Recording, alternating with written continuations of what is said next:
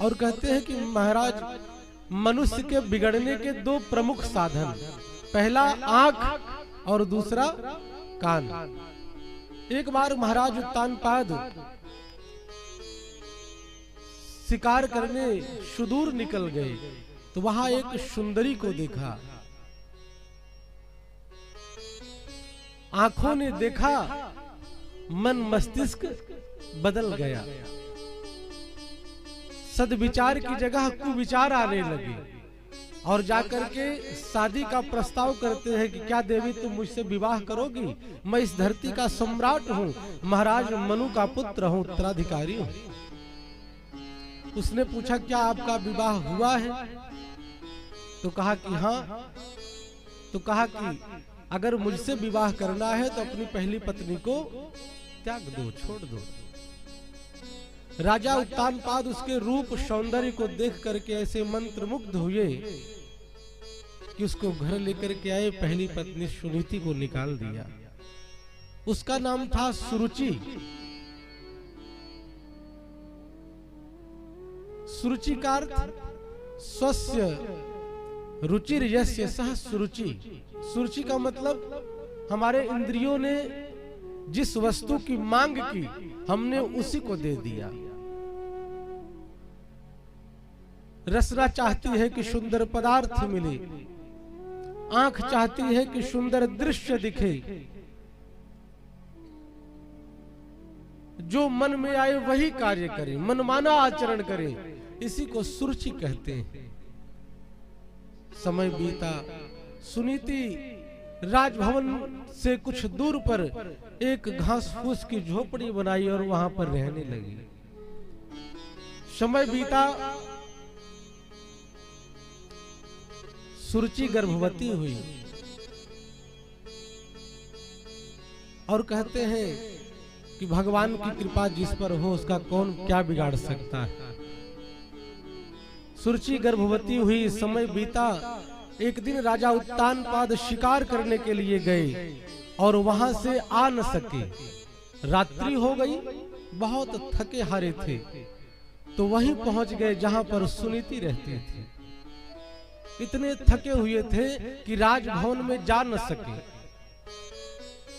और कहा कि देवी बहुत निद्रा लगी है, सोचता हूं कि आज रात्रि में यही निवास कर लो। रात्रि में निवास किया और सुनीति भी गर्भवान हो गई।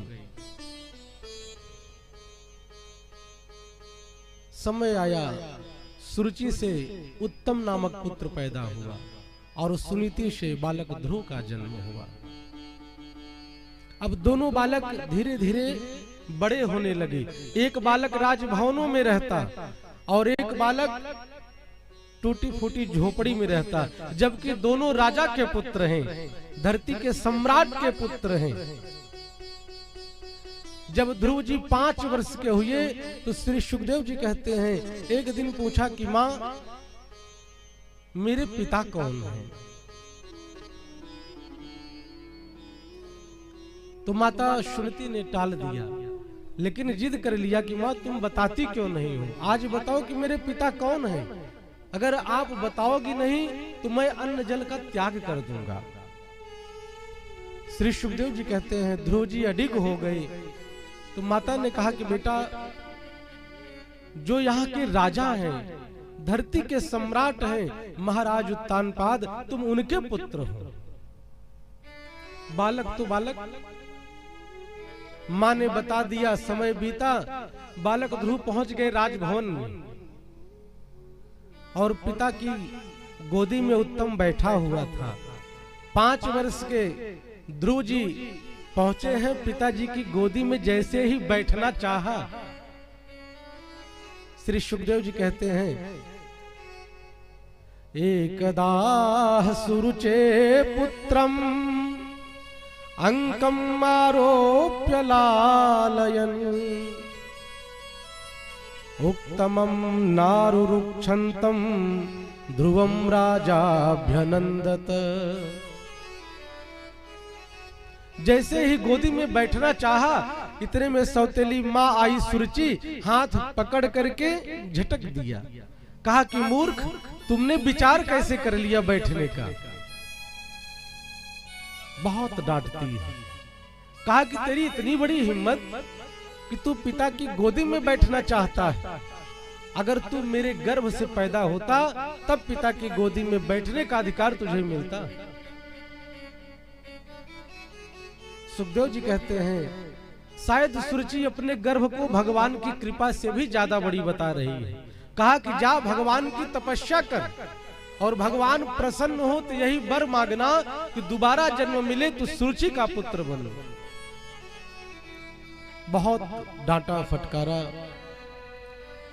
जैसे सांप के ऊपर किसी का पैर पड़ जाए और सांप फुफकार करके खड़ा हो जाता है, वही गति ध्रुव जी की हुई। रोते हुए बिलखते हुए क्रोध से भर करके दौड़ पड़े हैं माँ के पास और माँ की गोदी से लिपट गए। बड़ा रुदन किया और सारी घटना को बताया। माँ भी रोने लगी। कहा कि माँ तू चिंता न कर, तेरे एक मैं अपने सौतेली माँ के एक वाक्यों का प्रत्युत्तर लूंगा। लेकिन धन्य है माता सुनीति। जब ध्रुव ने कहा कि मैं सौतेली माँ के एक प्रश्नों का उत्तर दूंगा माँ समय आने पर, लेकिन सुनीति ने सुंदर शिक्षा दी। कहा कि बेटा बालो शिवति नात्मानम अन्य स्त्री गर्भ संभृतम नूनम वेद भवान्यस्य दुर्लभर्थे मनोरथः। कहा कि मेरी बेटा तेरी माँ तो ठीक कह रही थी। अन्य स्त्री गर्भ संभृतम, तूने मेरे गर्भ से जन्म लिया है तो पिता की गोदी में कहां बैठ सकता है। कोई बात नहीं, जब भगवान की कभी कृपा करुणा होगी तो निश्चित ही गोद में बैठने का अधिकार स्वतः मिल जाएगा। और कहा कि तेरी माँ कितनी सुंदर बात कहती है कि जा तपस्या कर, और भगवान की जब तपस्या करेगा और भगवान की करुणा कृपा तुझे मिलेगी, तू सबका प्यारा दुलारा बन जाएगा।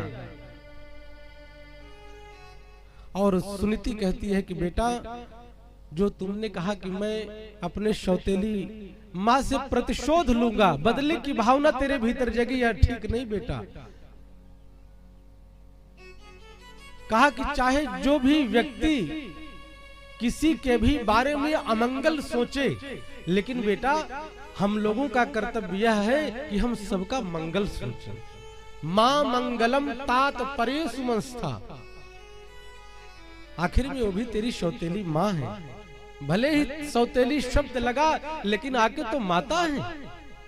और एक माँ के प्रति ऐसा दुर्भाव, माँ को अधिकार है कुछ भी भला बुरा बेटे को कह सकती है, लेकिन बेटे को यह अधिकार किसी ने नहीं दिया कि बेटा प्रत्युत्तर दे माता पिता को। रोने लगी और ध्रुव जी को हृदय से लगा लिया।